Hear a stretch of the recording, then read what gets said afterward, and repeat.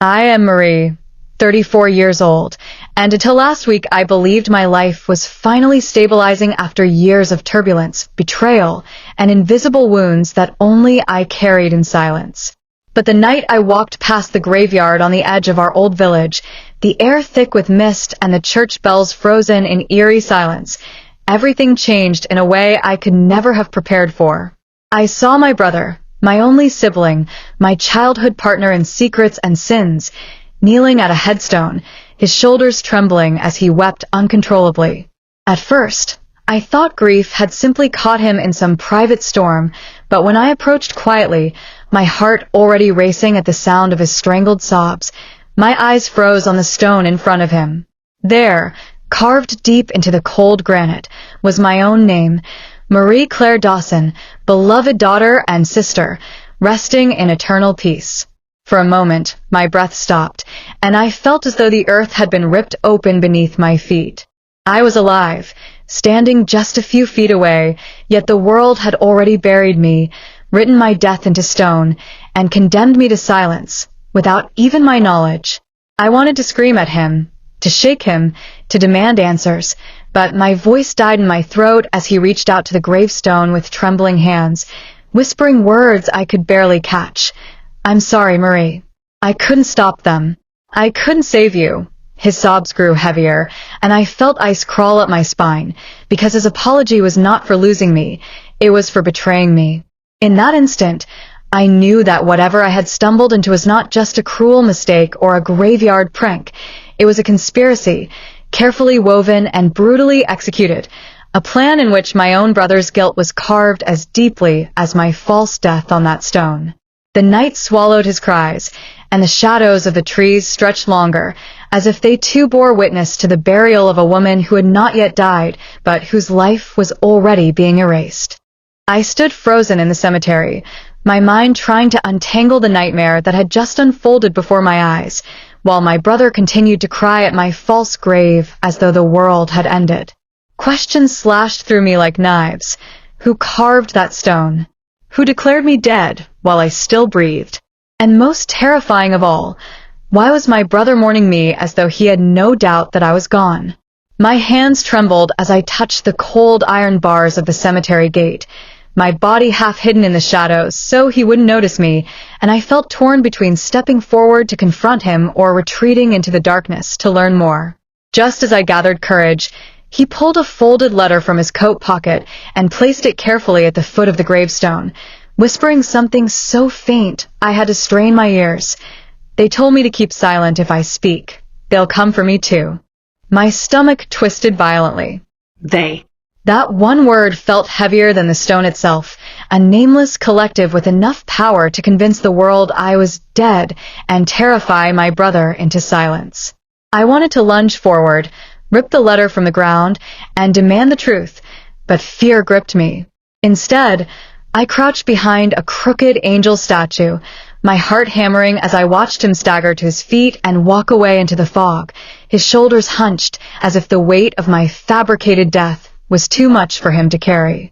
Only when his figure disappeared did I dare approach the grave, every step echoing louder than thunder in my ears. My eyes locked onto the letter, its edges already damp from the night air, and with trembling hands I picked it up, half afraid that touching it would confirm some curse had already been cast upon me. The paper was thin, fragile, but the words scrawled in uneven ink burned into me. Marie knew too much. She had to be silenced. If anyone asks, she died peacefully. Do not resist, or you'll share her fate. My knees buckled, and I nearly collapsed onto the cold earth, because in that moment I realized the truth. Someone, somewhere, had already written the ending of my life, and unless I fought back, my story would indeed close in silence and shadows. The letter crumpled slightly in my hands as the wind howled through the graveyard, carrying with it a chill that felt less like weather and more like a warning. I folded it quickly and tucked it inside my coat, my instincts screaming that if anyone caught me here, they would know the script of my false death had been violated. As I turned to leave, my foot caught on the edge of the headstone, and I stumbled, brushing my fingers across the cold letters of my name once more. A shiver of defiance surged through me. I was alive. I would not allow myself to be buried in silence, erased by the shadows of others' schemes. But survival meant caution, and caution meant silence until I understood who had orchestrated this nightmare. By the time I returned to my small apartment, the city streets were empty, the lamps flickering as if mocking me with their dim, uncertain light. I locked the door, bolted the windows, and collapsed onto the couch, staring at the folded letter on the table in front of me like it was a venomous snake ready to strike. Sleep refused to touch me, every creak of the building twisting my nerves tighter. Just before dawn, I pulled out my phone, scrolling through contacts, lingering on my brother's number, my thumb hovering as though pressing it would unravel everything. I wanted to hear his voice, to demand why he had cried over me as if he had already buried me. But another part of me feared that the call itself might mark me as prey, a beacon to whoever had declared me dead. Hours dragged on like chains, and finally, unable to resist, I dialed. But instead of his familiar voice, a cold, mechanical tone greeted me. "This number has been disconnected." My blood ran cold. Someone had not only silenced my existence, but severed my last tie to the person who might have explained it. Alone, with the letter burning a hole in my pocket and the weight of the gravestone pressing down on my chest even from afar, I knew there was no turning back. The truth had already been carved in stone, but I was still breathing, and that meant only one thing. I would uncover who had declared me dead and why, or I would finish the burial they had already begun. The silence of my apartment became unbearable, each tick of the clock echoing like a countdown to something I could neither see nor escape, so I forced myself into action, knowing that sitting still would only allow the invisible hands controlling my fate to tighten their grip. I dug through my old box of documents, birth certificate, hospital records, identification cards, proof of my existence, fragile shields of paper against the crushing weight of a grave that already bore my name. Yet even as I spread them out on the table, I felt a strange dread. What if the world had already been rewritten to erase me? Desperation pushed me to the city registrar's office, its pale corridors lit by harsh fluorescent lights that exposed every crack and stain in the walls. The clerk behind the counter, a tired-looking woman with ink-smudged fingers, barely glanced at me when I handed her my ID and asked for a copy of my official records. She typed my name into the computer, her nails clicking against the keys, until suddenly her expression froze. "Marie Claire Dawson?" she asked, her voice catching like a thread about to snap. I nodded, my pulse hammering. She turned the screen slightly away from me and whispered, This can't be right." My throat tightened as I leaned closer, but she pulled the monitor back, shaking her head. "I'm sorry, miss, but according to our system, you passed away 2 weeks ago. Your death certificate is already registered." My stomach twisted, bile rising in my throat as her words cut through me like blades. "That's impossible," I snapped, my voice trembling despite my attempt to sound strong. "Do I look dead to you?" The woman glanced nervously around the office, lowering her voice. "Please don't make a scene. If this is a mistake, it's dangerous. People don't just appear dead on record without reason." Her eyes darted toward the back hallway, and in that brief flicker of fear I saw the truth. She knew something, or at least sensed that what had happened to me was bigger than a clerical error. She slipped a small slip of paper toward me, her hand shaking, before quickly closing my file on the screen. "Go. Now. Before anyone sees you." Without another word, I snatched the paper and walked out, my legs unsteady, my palms slick with sweat. Outside, beneath the harsh daylight, I unfolded the note she had risked giving me. On it was a single name, hastily scribbled in blue ink, Dr. Leonard Crane. Whoever he was, he had just become the first thread in the unraveling web of my false death, and I knew I had no choice but to follow it, no matter where it led. Clutching the slip of paper with Dr. Leonard Crane scrawled across it, I felt the city streets tilt beneath me, as if gravity itself no longer obeyed natural law but instead bent to the weight of secrets I had only begun to touch. Who was this man, and why had the registrar risked so much to guide me to him? My phone buzzed in my pocket, jolting me, though the screen displayed only a blank number flashing across it. Against my better judgment, I answered, pressing the device cautiously to my ear. For a moment, nothing but static, then a voice emerged, low, distorted, almost mechanical. Marie Claire Dawson is dead. Stay buried. My breath caught, my hand trembling as I hung up, my reflection in the phone screen pale and foreign, like I was already halfway between life and death. Fear clawed at me, but I forced my legs to carry me forward, weaving through the crowd until I reached a bus station on the far edge of town. The name Crane echoed in my mind like a sinister bell tolling, urging me closer to something I wasn't ready for. The bus ride was a blur of faces, none of which I trusted, each stranger's glance like a threat in disguise. Finally, I arrived at a quiet district of the city, lined with decaying buildings whose windows glared down like hollow eyes. A brass plaque on one weathered door confirmed it, Dr. Leonard Crane, Forensic Pathology. The irony sent a chill through me. Why would a pathologist be connected to my supposed death? I knocked, the sound reverberating like gunfire against the silence, until the door creaked open to reveal a tall man with sharp features, eyes rimmed with fatigue, yet alert in a way that made me wary. You shouldn't have come here, he muttered before I could speak, his gaze darting past me as though expecting someone to follow. But you're alive. God help us all. My voice cracked as I demanded, You know why my death was declared. Tell me. His jaw clenched, hesitation flashing across his face. Then he stepped aside, gesturing me in.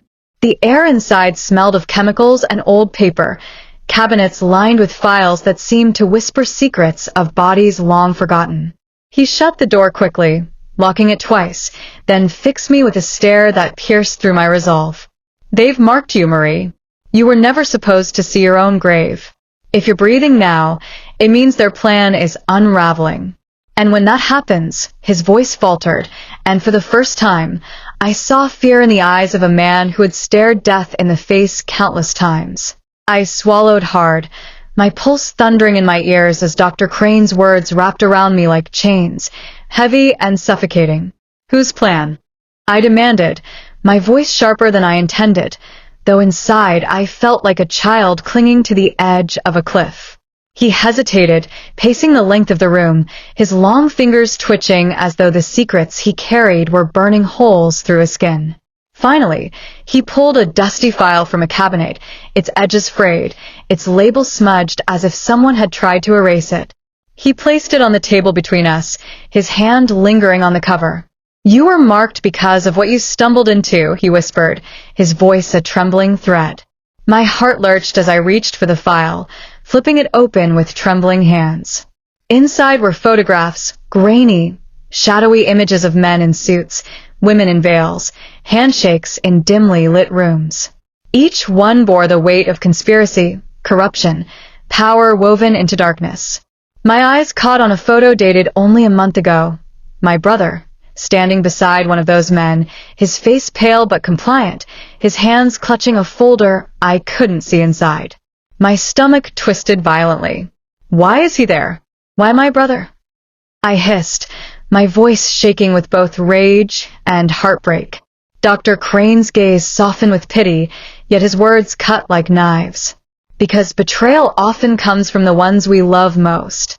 They needed someone close to you, someone who could keep you quiet, and your brother, he chose survival. My chest constricted, air burning as it clawed into my lungs. Betrayal. The word echoed louder than any scream, louder than the church bells of the graveyard. For a moment, the room blurred, the walls closing in as my entire life seemed to collapse under the weight of those photographs. Crane leaned closer, lowering his voice. They are powerful, Marie. They've buried others before you, people who threatened to expose them. But you were supposed to be their silence. And if they discover you're still alive, his unfinished sentence lingered in the air, heavier than death itself. I closed the file with shaking hands, my mind reeling, my heart torn between devastation and defiance. Then they'll learn, I whispered, my voice breaking but fierce. They buried the wrong woman. Dr. Crane's eyes flickered at my words, a mixture of admiration and dread, as though he knew the strength I had just spoken into existence could save me or doom me faster than any grave. He sat down heavily, rubbing his temples before pulling another envelope from beneath the stack of files. "If you truly intend to fight them," he murmured, "then you must understand who they are." I slid into the chair opposite him, the creak of the wood loud in the tense silence, and tore open the envelope. Inside were more photographs, but these were clearer. Powerful figures in politics, wealthy businessmen, even religious leaders who smiled for cameras in daylight yet met in secret under the shroud of night. Beneath their images were lists of names, notes scrawled in hurried ink. Funding, cover up, silencing. My eyes widened as I reached the bottom of the pile, where a familiar image jolted me to my core. It was me, standing outside a courthouse, clutching a folder, my expression grim. The date stamped on the corner was from a few months ago, when I had testified against a corporation accused of poisoning a local water supply. I remembered the fear I had felt then, the threats whispered at me, the anonymous letters urging me to retract my words. "This is about that?" I asked, my voice trembling as the puzzle pieces clicked into place. Crane nodded grimly. "You exposed them once, Marie, and for that, they marked you. The easiest way to silence truth is to bury the one who speaks it." A sickening wave of realization coursed through me. My fight for justice, my refusal to stay quiet when lives were at stake, had signed my death warrant. My brother's involvement suddenly made a twisted kind of sense. His weakness, his debts, his desperation for safety. They had used him as leverage, and in return, he had signed away my life. I slammed my fist onto the table, the sound sharp, final. "Then they underestimated me," I growled. "I may have been silent once, but not again. If they wanted me buried, then I'll rise from this grave they built and drag every single one of them into the light." Crane's lips parted as though to warn me again, but instead he only said, "Then you must prepare for war, Marie. Because once you take this step, there is no going back." War. The word echoed in my mind like a drumbeat, steady, merciless, undeniable. I had never thought of myself as a soldier, yet here I was, thrust into a battlefield where weapons were not just guns or knives, but secrets, betrayals, and silence sharpened into blades. Dr. Crane handed me a small flash drive, his fingers brushing mine with urgency. "This," he whispered, "contains files they thought destroyed, financial records, correspondence, evidence tying them all together. It's not enough to bring them down on its own, but it's enough to start a fire." I closed my hand around the drive, feeling its weightless plastic casing throb like a heartbeat in my palm. Fire. Yes, that was exactly what I wanted. To set their world ablaze. To let every lie they had buried with me burn in the open air. But before I could even imagine the blaze, I needed allies. I needed to know who I could trust, if anyone at all. My first thought was my brother, though the photographs still seared in my mind. A man standing beside monsters, complicit, compliant. Yet part of me clung to the memory of the boy he once was, the brother who had shielded me from bullies, who had promised to never let harm touch me. Had he betrayed me willingly, or had he been forced? The question gnawed at me like rats in the dark. "If I confront him," I said slowly, my voice catching on the uncertainty, "he might reveal the truth. Or he might finish what they started." Crane didn't answer immediately, only studied me with that haunted look of his. Finally, he sighed. "You must be careful. Love makes us blind, Marie, and blindness is fatal in a war like this." His words were a warning, but also an admission. I was standing on the edge of a chasm, and whichever way I leapt, the fall would break something inside me. As I left his office, the flash drive secure in my pocket, the city outside felt colder, sharper, like every building hid an enemy. Every window watched me. Yet beneath the fear burned something stronger, hotter, resolve. They thought they had silenced me, ridden me off, carved my death into stone. But I was still here, and if I was to rise from my own grave, I would not rise quietly. I would rise screaming. The night I decided to confront my brother, the sky itself seemed complicit in my torment, heavy clouds pressing low, smothering the moonlight, as though the heavens feared to witness what was about to unfold. I followed the trail Crane had given me, an address scribbled hastily on the back of an old receipt, to a crumbling townhouse at the edge of the city.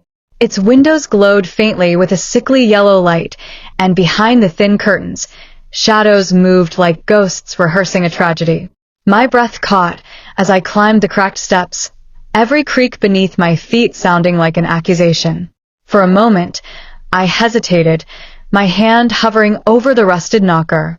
What if he wasn't the boy I remembered? What if the man inside had already traded me for his own survival? My knuckles rapped against the wood before I could think, and silence followed, stretching so long I almost turned away.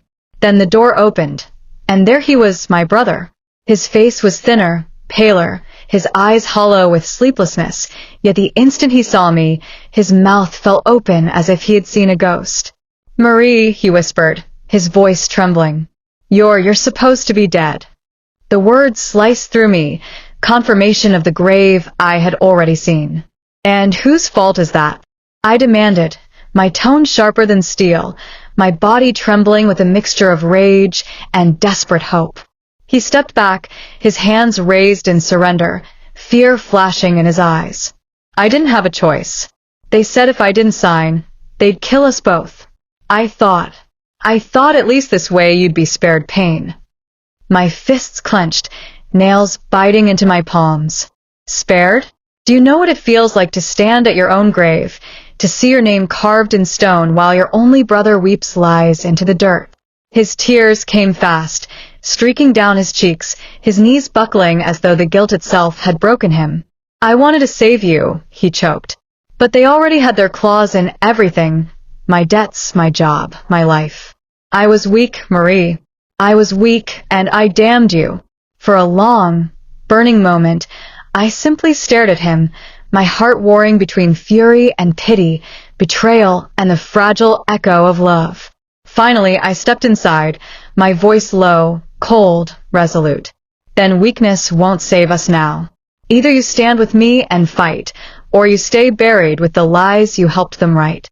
The words hung between us like a blade suspended by a thread, sharp and unforgiving, and for a long moment my brother could only stare at me, his chest heaving, his eyes bloodshot with fear and regret. The air inside his townhouse reeked of stale smoke and despair, the walls lined with unpaid bills, empty bottles, and crumpled papers, evidence of a man already half buried by his own choices.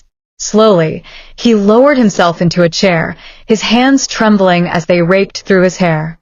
"If you fight them, Marie," he rasped, "they'll come for you harder than before. You weren't supposed to survive the first time. The second, they'll make sure it sticks." His warning might have broken me once, but not now.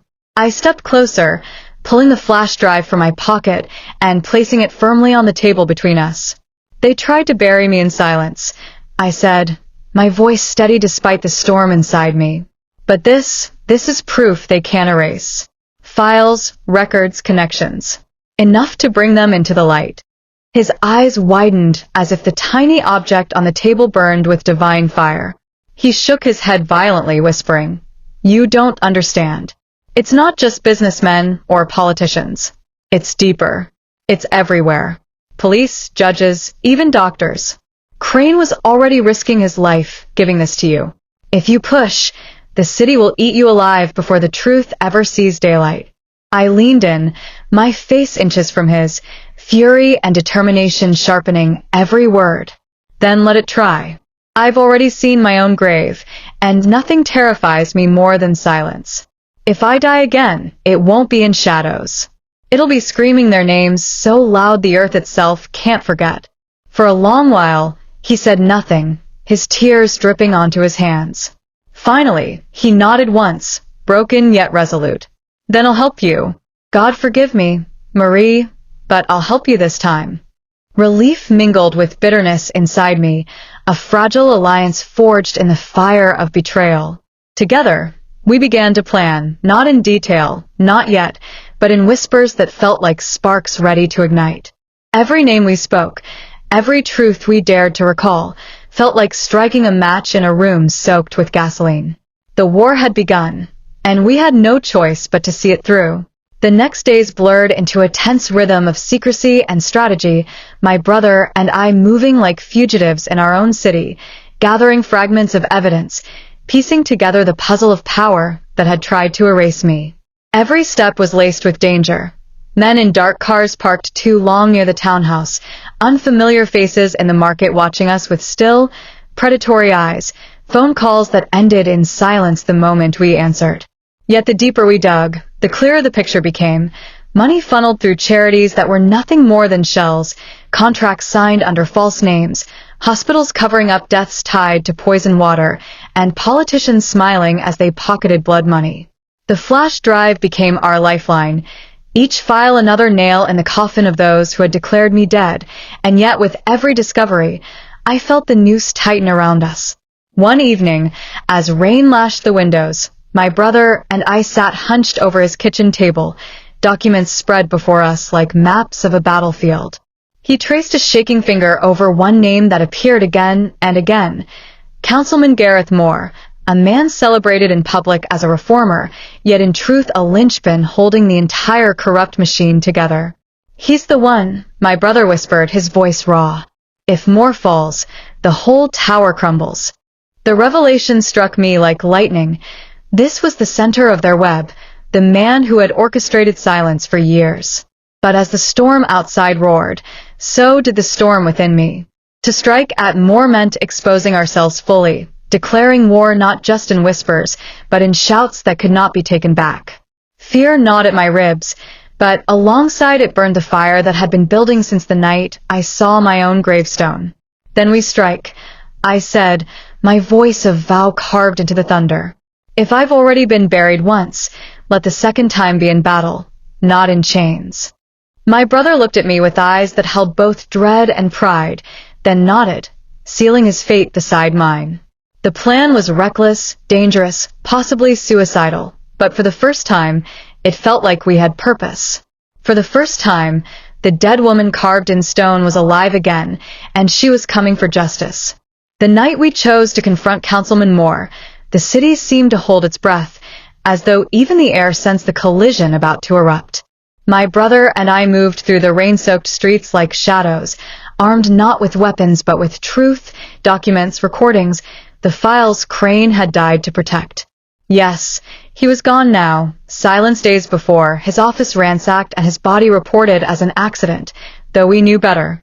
His blood was already another stain on their hands, and his sacrifice burned in my chest like a brand, reminding me that silence was no longer an option.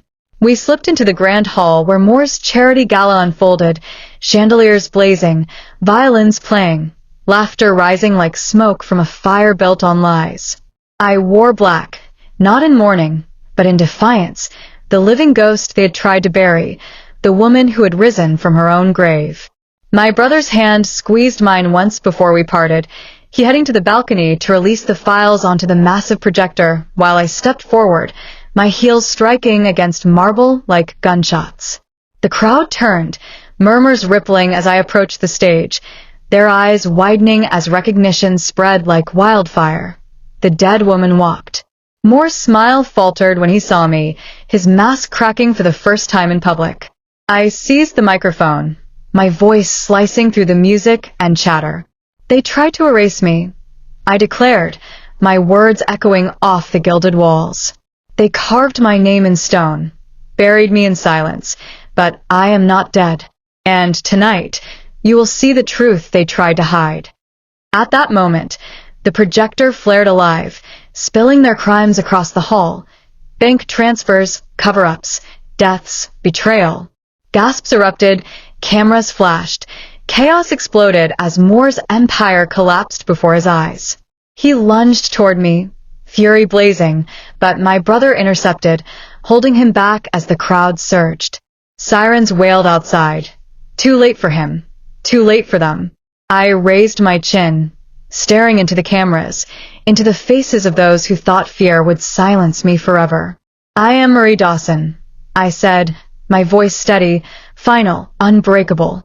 "They buried the wrong woman." The hall roared with shouts, the walls trembling with justice long denied, and I felt the weight of my false grave lift from my shoulders at last.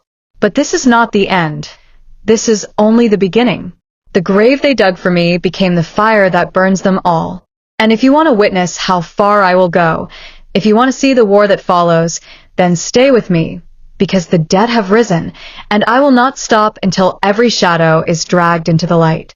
Like, subscribe, and follow my journey, because the grave they built for me has only made me stronger.